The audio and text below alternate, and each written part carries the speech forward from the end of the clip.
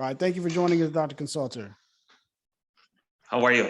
I'm good. Wonderful. So the studies, there's a couple of studies that one came from the University of Chicago, it's observation studies in a animal model on rats.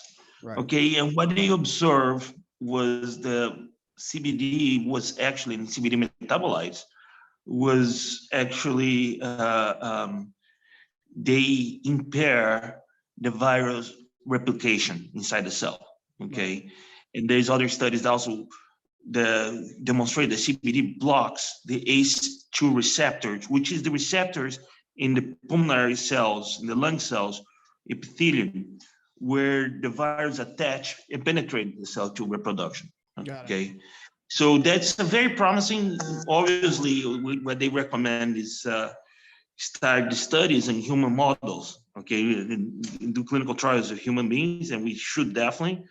Okay, I mean, I have a plethora of patients that would be willing to participate that. Okay, but what I observe in my practice regarding the COVID, okay, obviously in my practice they consume both the THC and the CBD for several ailments, is that patients were using the cannabis, either the flower, or vapes, or CBD pills. They were having much less symptoms than the regular patients. Okay, uh, my patients in the practice, they used to call me and say, "Dr. Consulter, I got the virus. What should I do next?" And I said, "Are you stable?" "Yeah." "So just don't do anything. Keep doing what you're doing."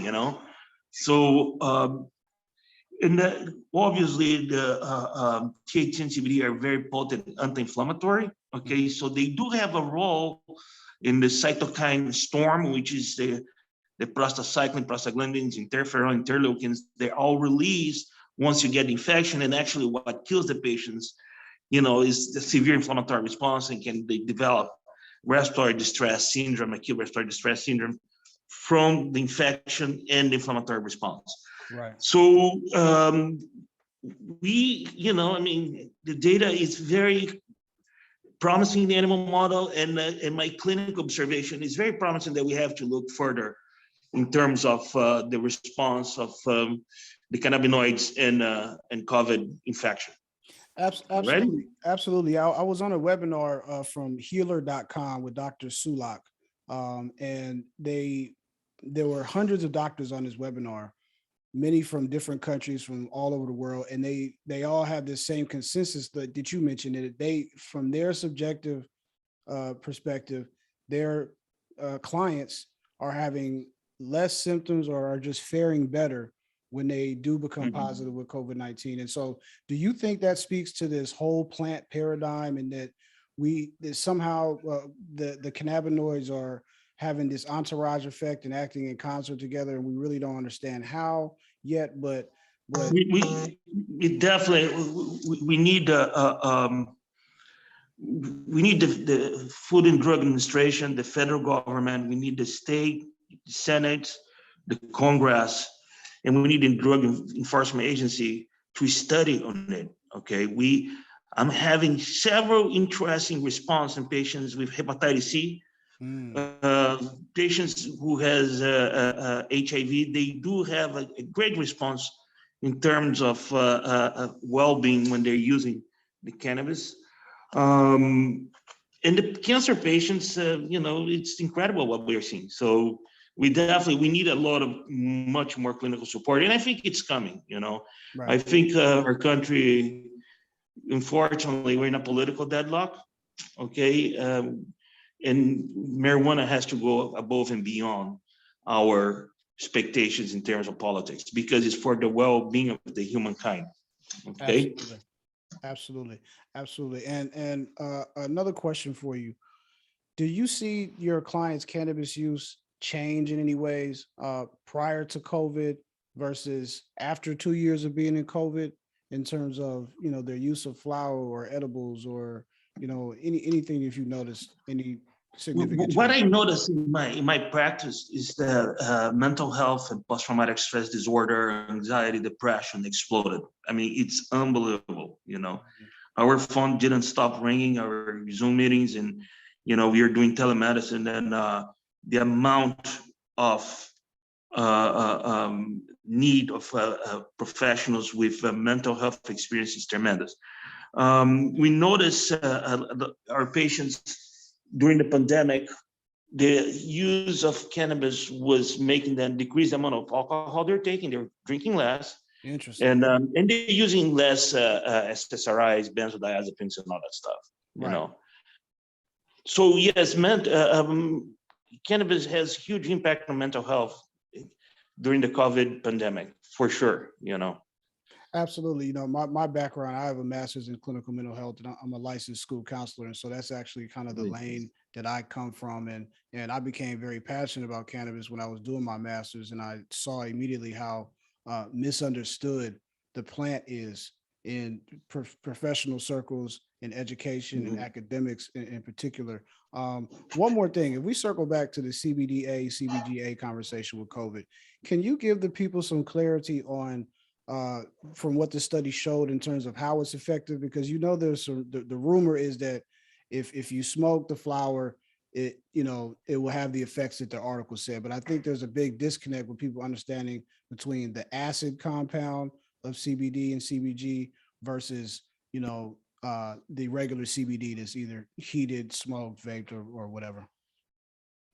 Well, the study was done with the CBDs and its components only. Okay, you did not include the THC. Right. What I feel is the following: the entourage effect of cannabis and all the cannabinoids is in the flower.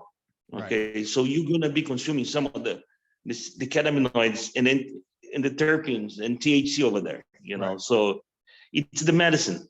You know. Right.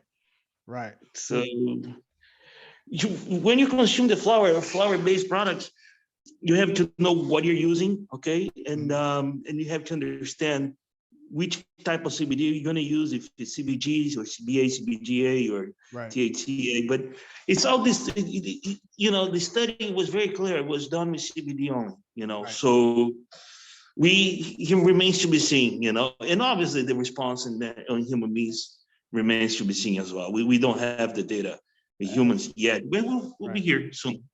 Right. And then one more question: do your clients recommend inhalation over ingestibles, over tinctures, over oral or gastric mucosa? Or the flower? Is there a particular recommendation you have for certain clients, or is it everybody's different across the board? Or what are your thoughts on that? Well, usually, I tell all my clients, so when you start using cannabinoids, you got to start slow, okay? And you start like with 5 milligrams of CBD, 5 of 25 of CBD, 5 of THC, and then you increase as your body needs and you tolerate. Right. Elderly people usually, we recommend more edibles, okay? But usually it's a response from human to human. I believe the burning paper that came, the rolling paper on the flower does have some tar, does have some, carbon monoxide, and obviously you're inflaming your GI mucosa and your respiratory tract all the time. That carries some risk for cancer, okay? Regarding the vapes, we have to be careful, have metals. Right. Which I study in the legal industry.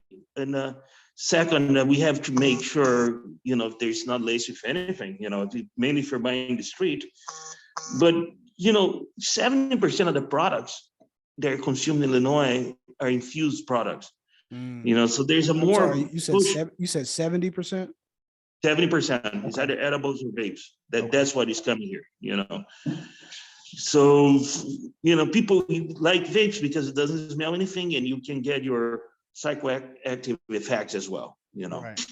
One thing I noticed though, Dr. Consulter, because I used to really be into the vapes because of the convenience factor, right? And then you're not a nuisance to people in public or your neighbors or whatever.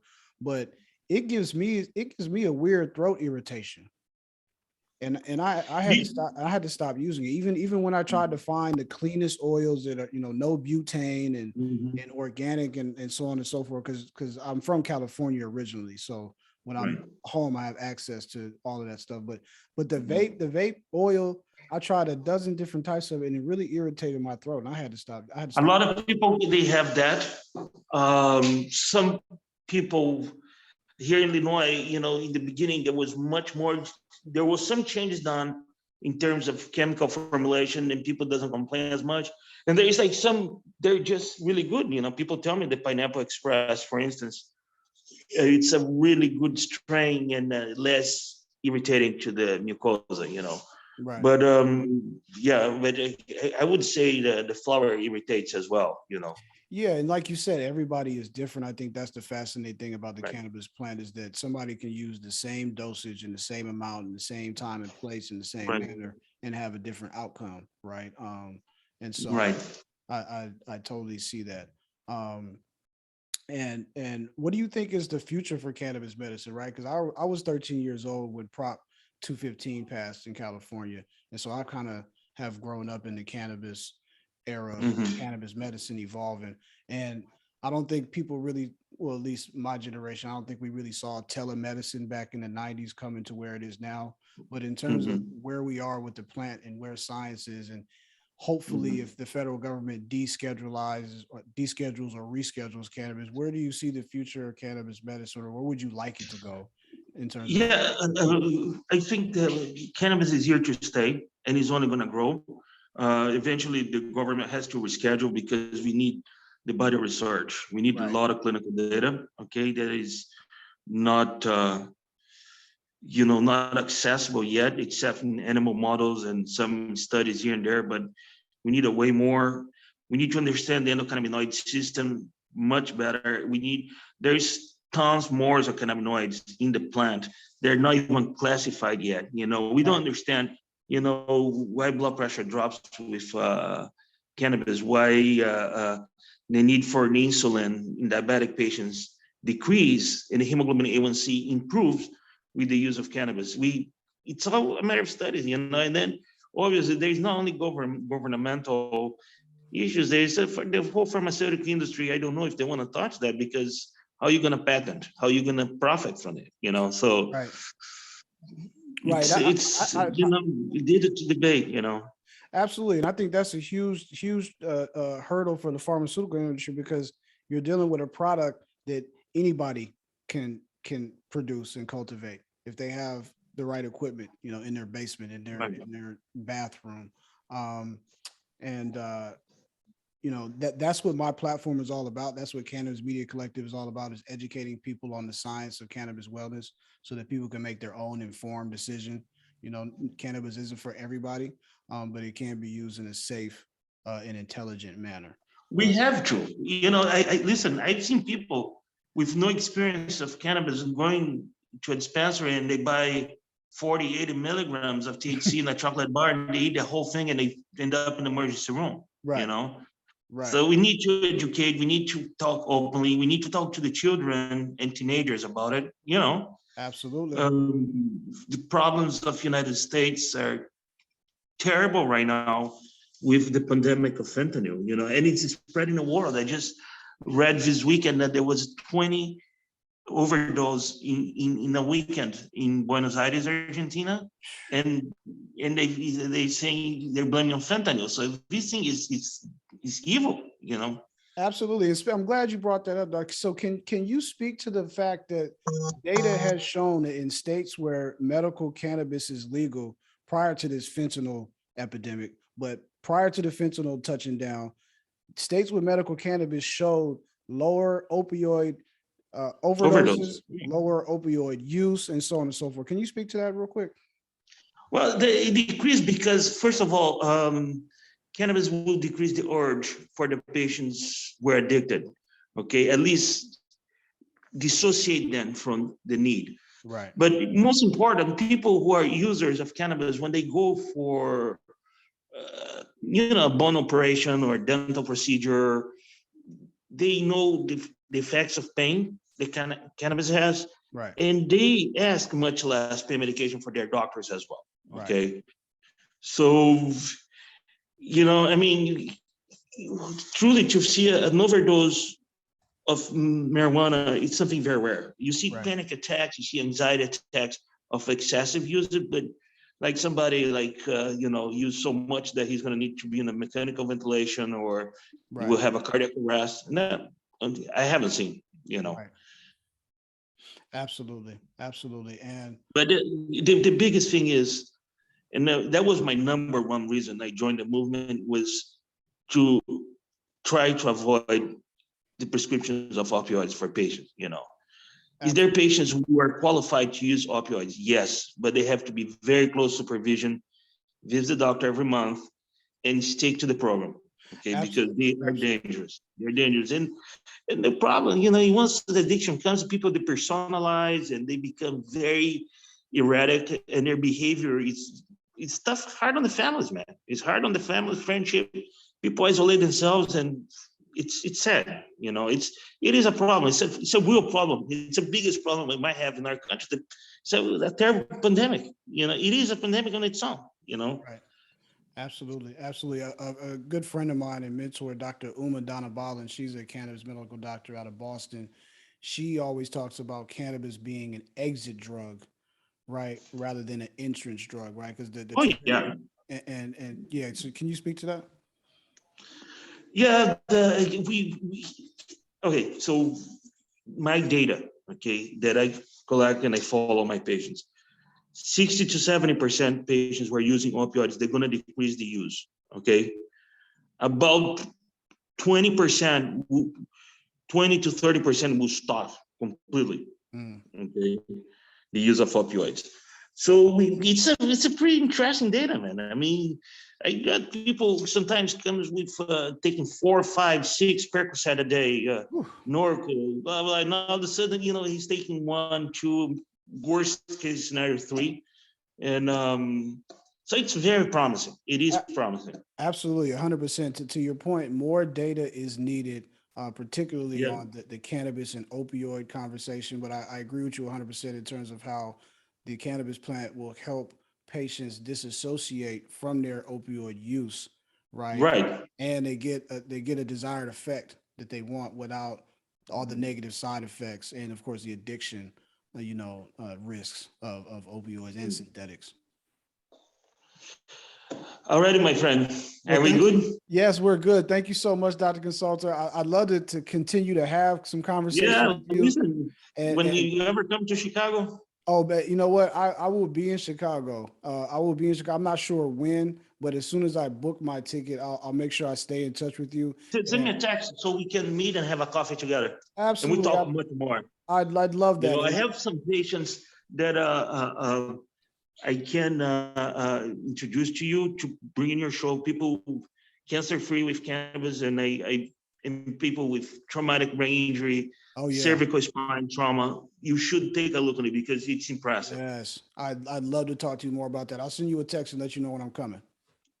God bless you, my friend. Thank you God very bless you much. too. Have a great day. Thank you, Dr. Consultant. Good luck. Peace. Good luck, and thank you for helping the people. Thank you, brother. All right. Thanks. Peace. Bye.